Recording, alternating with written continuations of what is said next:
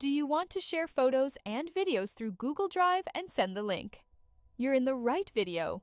If this video helps you, consider subscribing and leaving a like. Thanks. The first step is to click on New.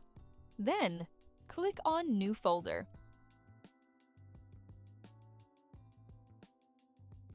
Now, let's enter the folder. Here, we drag and drop the photos, videos, or files we want to share, and wait for them to upload.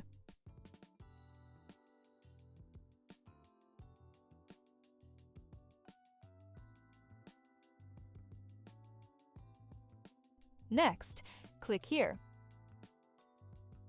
Share. Copy link.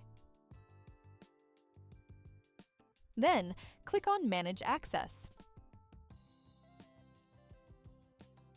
Here, we can change the setting to Anyone with the link, which allows anyone with the link to access the folder. If you prefer to require permission to access it, leave it set to Restricted. You can also choose the role of the person accessing the folder with the link. Finally, copy the link, send it to whoever you want. And that's it. If this video was helpful, leave a like and subscribe. Thanks for watching.